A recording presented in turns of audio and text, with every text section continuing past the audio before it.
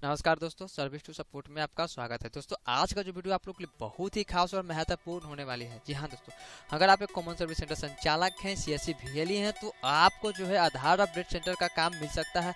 सारा कुछ इस वीडियो में बताता हूँ कि आपको आधार अपडेट सेंटर का काम कैसे मिलेगा, किस तरह से रजिस्ट्रेशन करना होगा, क्या क्या रिक्वायरमेंट है, सारा कुछ इस वीडियो में आपको स्टेप बाय स्टेप बता देता हूँ। दोस्तों इससे पहले कि मैं आपसे करूँगा छोटा सा रिक्वेस्ट, अगर आप मेरे चैनल पर नए हो तो चैनल को फटाफट से सब्सक्राइब कर लो, साथ में बेल आइकन को दबा दीजिएगा ताकि मेरे चैनल पर इस तरह का जो भी वीडियो अपलोड करूँ उसका नोटिफिकेशन आप तक पहुंचता रहे, जिसके माध्यम से आप हर एक सर्विसेज को लाभ उठाकर अधिक से अधिक जो है मुनाफा कमाने का काम कर सकते हो।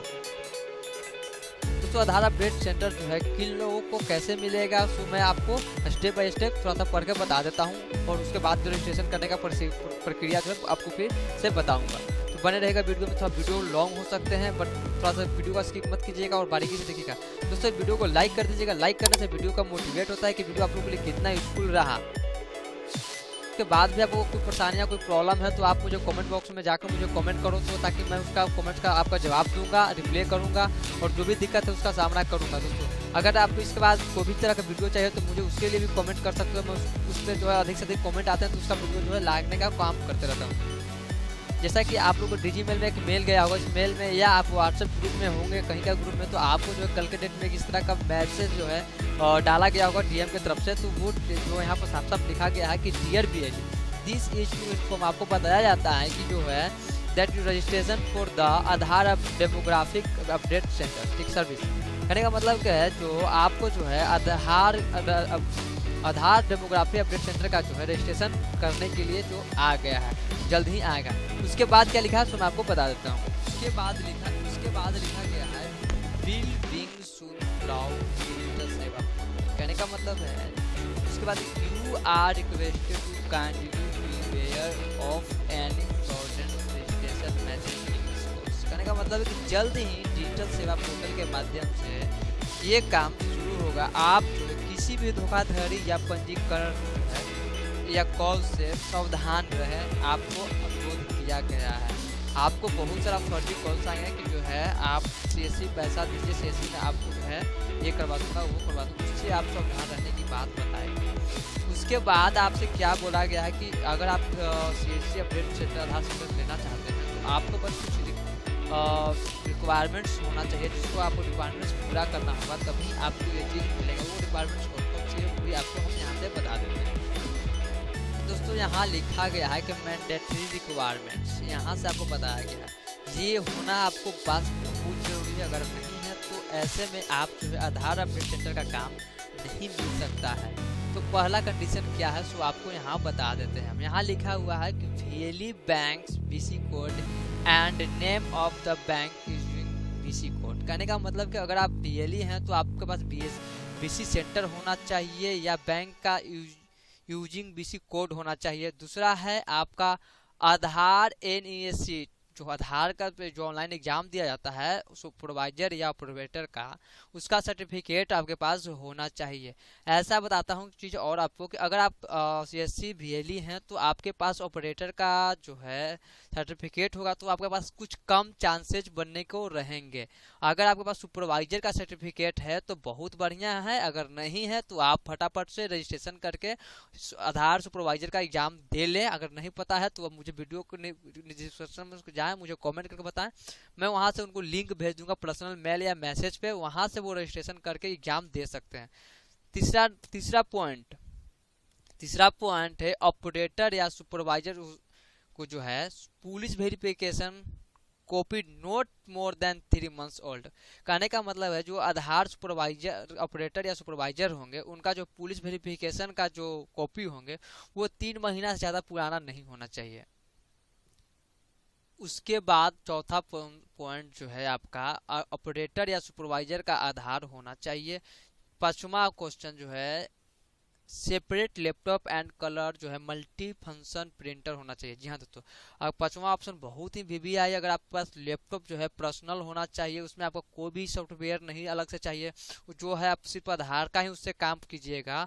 उसके बाद जो है आपका सेपरेट मल्टी कलर होना है, प्रिंटर होना चाहिए, जिससे आपको जो है स्कैनिंग करने का और प्रिंट आउट करने का काम आएगा, वो आपको पर्सनल होना चाहिए। सबसे बड़ी बात दोस्तों कि लैपटॉप का जो आपके पास जो लैपटॉप होगा उस लैपटॉप से इसके सिवाय और कोई काम दूसरा काम जो है आप नहीं कर पाएंगे। उसके बाद आपका जो है पांचवा और छठा नंबर क्वेश्चन पे आते हैं। उसके बाद कहा सिंगल आइरिस या फिंगरप्रिंट स्कैन डिवाइस अवेलेबल। ये जो है थोड़ा राहत भरी बात बोल रही है। ये बोल रही है कि अगर आपके पास आइरिस या फिंगरप्रिंट पहले से जो है वो काम कर सकता है या करेगा। उसके बाद छठा या सतवां question number term and condition पर चलते हैं। यहाँ बता रहा है कि waiting area space for the seating of 5 citizens. कहने का मतलब है कि जो आप जहाँ पर आधार सेंटर खोलेंगे वहाँ पर कम से कम 5 नागरिकों को बैठने के लिए जगह होनी चाहिए। उसके बाद 8वां क्वेश्चन जो बता रहा है ब्रॉडबैंड कनेक्शन। इससे पहले कि आप जो है मोबाइल से काम कर लेते थे, तो यहाँ पर आपका जो है मोबाइल वाला जो काम है वो नहीं चलेंगे। यहाँ पे आपको ब्रॉडबैंड लगाना ही होगा, जैसे कि भारत नेट, वाईफाई चौपाली वगैरह इस तरह का जो कनेक्शन है वो आपको यहाँ पर यूजिंग करना होगा।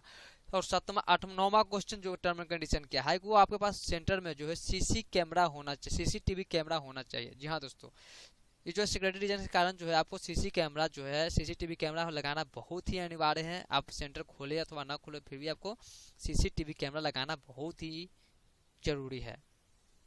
उसके बाद आपका 10वां नंबर जो कंडीशन है वो है RAMP and wheeler chair of दिव्यांग। कहने का मतलब है जो दिव्यांग का जो चेयर है वो आपके पास होना बहुत जरूरी है। जो आपके पास दिव्यांग व्यक्ति या आधार एनरोलमेंट कराने के लिए, तो वहां से उनको उस सुविधा का लाभ मिलना चाहिए। उसके बाद जो है 11वां नंबर क्वेश्चन टर्म एंड कंडीशन वो बता रहा है कि टोकन सिस्टम में मशीन होना चाहिए। ठीक है, आपके पास अगर जो भीड़ होता है या गदरिंग मस्ती है उसके मतलब कि मद्देनजर रखते हुए आपके पास एक टोकन सिस्टम का नंबर होना चाहिए। जो भी कैंडिडेट आए या लाभार्थी आए तो आपको उनको टोकन सिस्टम के नंबरिंग करके उनको टाइम दे करके उनको जो है कम टाइम लगे या वहाँ पर जो अपने नंबर से बना सकते हैं, इससे धांधली भी कम हो सकते हैं। उसके बाद बता रहा है 12 नंबर क्वेश्चन जो है कि आपके पास टॉयलेट का जो फैसिलिटी है वो होना बहुत ही जरूरी है। अगर आपके पास एक रूम है तो वहाँ मान के चलो कि ये तो होगा ही नहीं। उससे पहले कि आपको जो है टॉयलेट फैसिलिटी सेंटर जो वो आपको मिलना ही चाहिए, होना ही चाहिए।